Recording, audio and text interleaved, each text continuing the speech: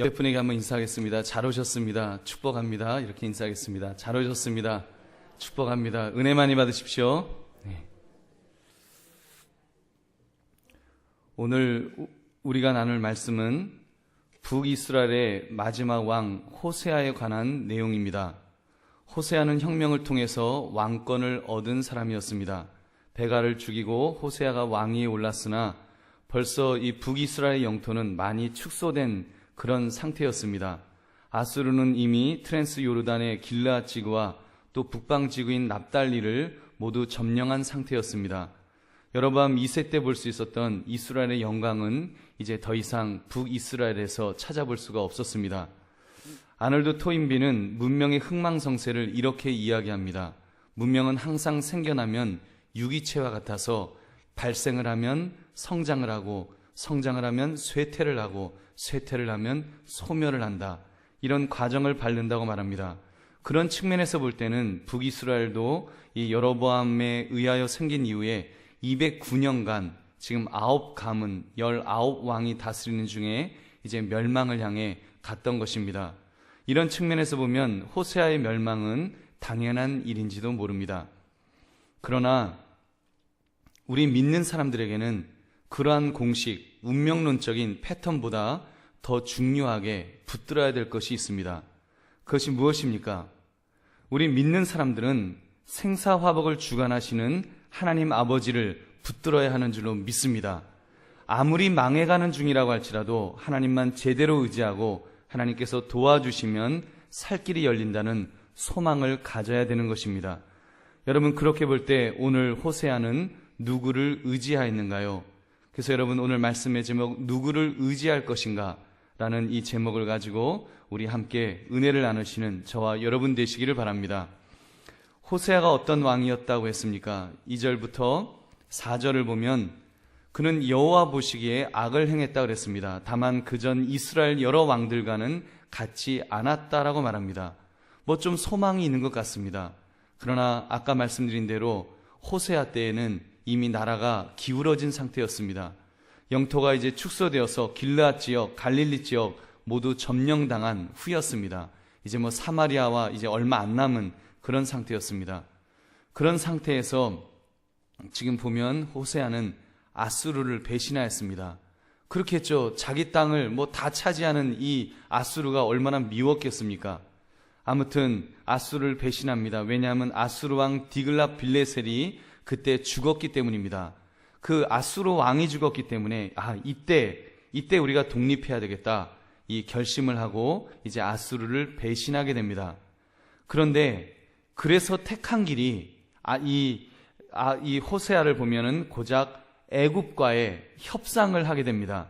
애굽 왕 소라는 사람에게 사자들을 보내어서 우리 좀 새로운 관계를 구축하자, 좀 우리를 도와달라, 우리가 당신에게 조공을 바칠 테니까 우리를 도와달라, 뭐 이런 그 계약을 맺은 것입니다.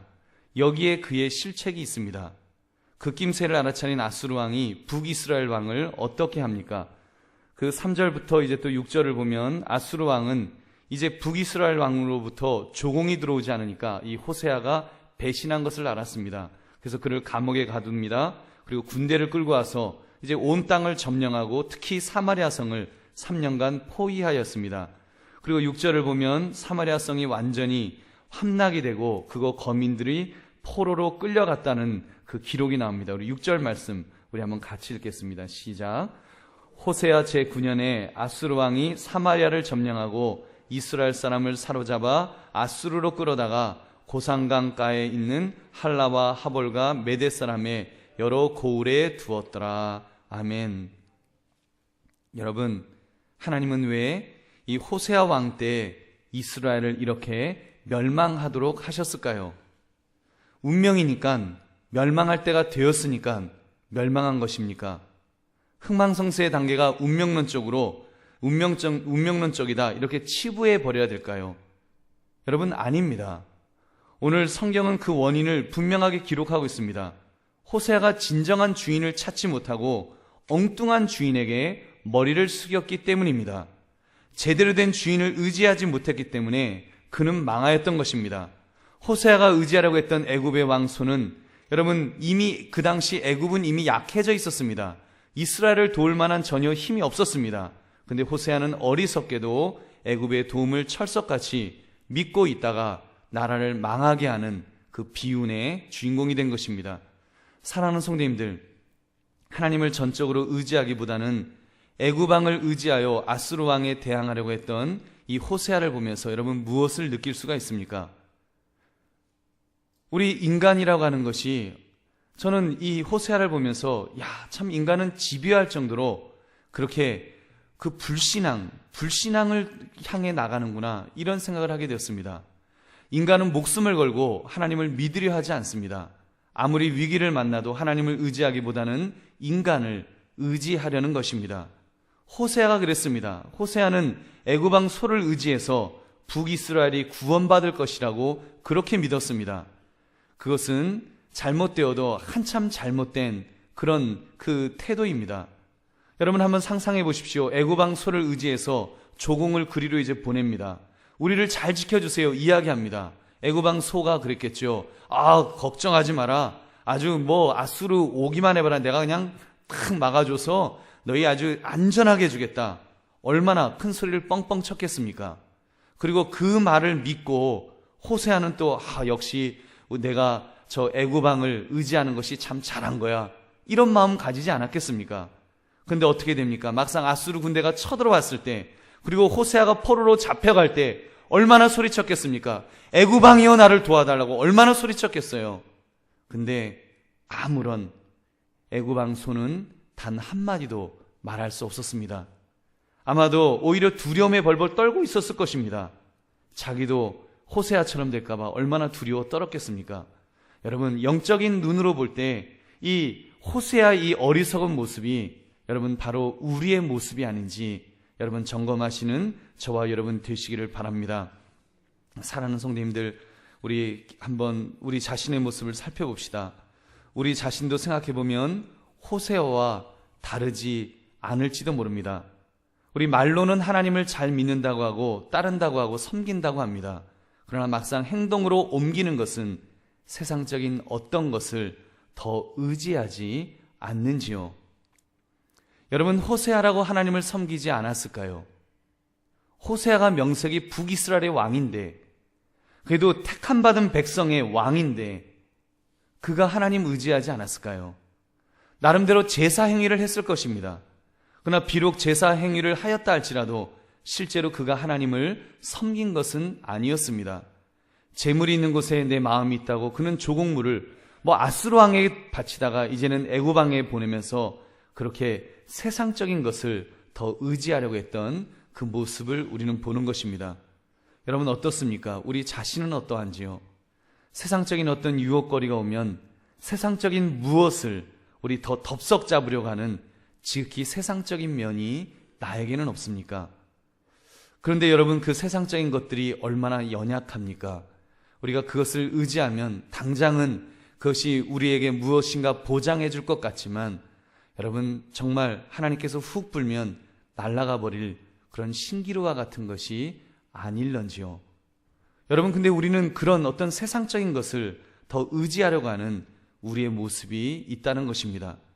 여러분, 만약에 우리 너무 늦을 때까지 우리가 하나님을 의지하지 못하고 세상 것을 의지한다면 여러분, 우리가 땅을 치며 후회할 날이 있을 것입니다. 이미 버스가 떠나버린 다음에 어떻게 되겠습니까? 그러므로 우리 이 시간 결단해야 합니다. 하나님을 내 인생의 주인으로 모시겠노라고 이렇게 결단합시다. 여러분, 하나님을 내 인생의 정말 주인으로 모시겠노라고 이렇게 결단하시는 저와 여러분 되시기를 주님의 이름으로 축원합니다. 여러분, 나의 진정한 보호자요 피난처요 구원자는 하나님이십니다. 하나님이 내 인생의 책임자이십니다. 이 분명한 고백이 있어야 합니다. 하나님만을 의지한다는 나의 고백의 최고의 표현은 저는 기도라고 믿습니다. 기도입니다. 하나님에게 기도해야 됩니다. 여러분, 언제나 기도해야 합니다. 우리가 주님 앞에 기도해야 되는데 여러분, 그렇게 볼 때 금요기도에 나온 분들은 그래도 복이 많은 줄로 믿습니다. 큰 일을 만나도 기도해야 되고 작은 일을 만나도 우리가 기도해야 합니다. 기도하기를 쉬는 죄를 범하지 않겠다고 고백했던 이 사무엘처럼 여러분, 저와 여러분도 정말 주님, 내가 주님 앞에 내가 하나님을 의지하기 때문에 내가 기도하겠노라고 결심하시는 저와 여러분 되시기를 주님의 이름으로 축원합니다. 한 가지만 더 짚어보겠습니다. 사랑하는 성님들, 여러분들 이제 기도하기로 결심할 때 한번 내 자신을 다시 한번 또 돌아보십시오. 그렇다면 나는 얼마나 기도하고 있었는지요? 여러분, 얼마나 기도하고 있었습니까? 지금 기도의 양을 묻는 것입니다. 기도의 양, 내가 얼마나 기도를 했는지 한번 우리 점검해 봅시다. 그냥 슬쩍 이렇게 기도하고 나 기도했다고 하고 있지는 않는지요. 여러분, 이 시대의 문제는 기도를 안 하는 것이 아니라 제대로 안 하는 것입니다. 기도를 안 하지는 않아요. 하기는 해요.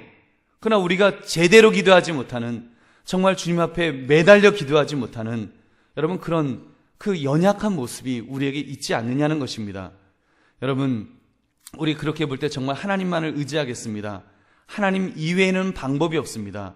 이 마음 가지고 정말 이렇게 고백하면서 그렇게 그 하나님 앞에 매달리는 저와 여러분 되시기를 주님의 이름으로 축원합니다. 혹시 여러분 중에 목사님, 난 너무 지쳤어요. 나는 너무 지쳐서 이제 기도도 잘 못하겠어요. 혹시 자포자기하고 있지는 않으시는지요? 어떻게 보면 여러분, 의욕이 상실된 것, 이거는 사실은 더 위험합니다. 오늘 본문을 보면 호세아가 망하는 모습도 안타깝지만 더 안타까운 것은 그 망하는 순간에 그가 제대로 하나님께 부르짖어 기도했다는 이 기록을 발견할 수 없다는 것입니다. 그가 그래도 기도라도 좀 제대로 했다면 여러분, 어떻게 북이스라엘의 역사가 바뀌지 않았을런지요? 목사님, 왜요? 뭐 나름대로 기도하지 않았겠습니까? 물론 뭐 기도를 하긴 했겠지요. 그러나 여러분, 과연 호세아가 제대로 된 기도를 하였을까? 저는 제대로 된 기도를 못했다라고 봅니다. 여러분, 절박하다고 해서 제대로 된 기도를 하는 것은 아닙니다. 아무리 절박해도 평소에 기도 훈련이 되지 않은 사람은 기도할 수 없습니다. 이렇게 비명은 지를 수 있을 거예요. 그러나 정말 하나님 앞에 하나님께 상달되는 그런 기도를 드리는 것은 여러분, 평소에 준비되어 있어야지, 적어도 하나님과의 그 교제 속에서 준비된 자가, 기도가 준비된 자가 제대로 된 기도를 하게 될 줄은 믿습니다. 히스기야처럼 그렇게 제대로 된 기도, 정말 하나님의 보좌를 움직일 수 있는 그런 기도를 하려면 호세아가 그 정도 기도를 해야 되지 않았겠습니까? 그래야지 국가의 운명이 바뀌지요. 그냥 비명 한번 지르고 그냥 덤성덤성하는 그런 기도 갖고 여러분, 국가의 운명이 바뀌겠습니까? 그렇게 볼 때 제대로 된 기도를 하기 위해서 평소의 기도 훈련, 이것이 얼마나 중요한지를 우리는 다시 한번 깨달아야 될 것입니다. 여러분, 그렇게 볼 때 한번 우리의 기도 생활 한번 점검해 보시기 바랍니다. 저는 저도 잘 기도 못하지만 저는 목사로서 안타까울 때가 많습니다. 더 기도해야 되는데, 더 하나님께 매어 달려야 되는데 맥을 놓고 있는 그런 제 모습도 있지만 그런 성도들의 모습을 이렇게 보게 됩니다. 여러분, 우리 그렇게 되면 안 됩니다. 사실 어떤 때는 제 마음에도 그런 마음이 있어요. 느헤미야처럼 백성들이 범죄했을 때 막 두어 사람 때리고 머리털 뽑았다는 표현 나오잖아요. 어떤 때는 좀 그렇게 하고 싶은 그런 마음이 생길 때도 있습니다. 여러분, 우리가 때로는 낙심할 수 있습니다. 낙심할 때가 있습니다. 지칠 때가 있습니다. 그런데 그렇다고 맥을 놓고 있거나 다른 세상적인 것을 의지하는 그것은 잘못된 것입니다. 그럼에도 불구하고 우리 하나님만을 의지해야 할 줄로 믿습니다. 나는 여호와 하나님만을 섬기느라고 고백했던 여호수아처럼 그렇게 고백하시는 저와 여러분 되시기를 다시 한번 주님의 이름으로 축원합니다. 사랑하는 성도님들, 우리는 어떤 면에서 호세아 왕보다는 입장이 좋지 않습니까? 우리는 내세에 대한 확신이 분명합니다. 지금 죽어도 천국에 간다고 하는 확신이 나름대로 다 있지 않습니까?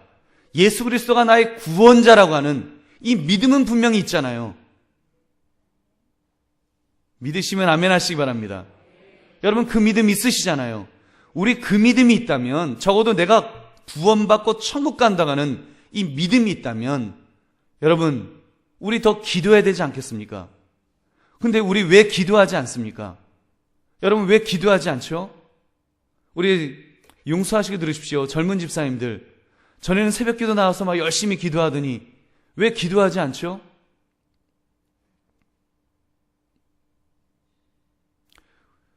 우리 교역자님들, 처음에는 이렇게 부르짖어 기도하는 소리가 들렸는데 요즘 그 소리 들을 수 있나요? 왜 부르짖지 않죠? 형편이 더 나아졌나요?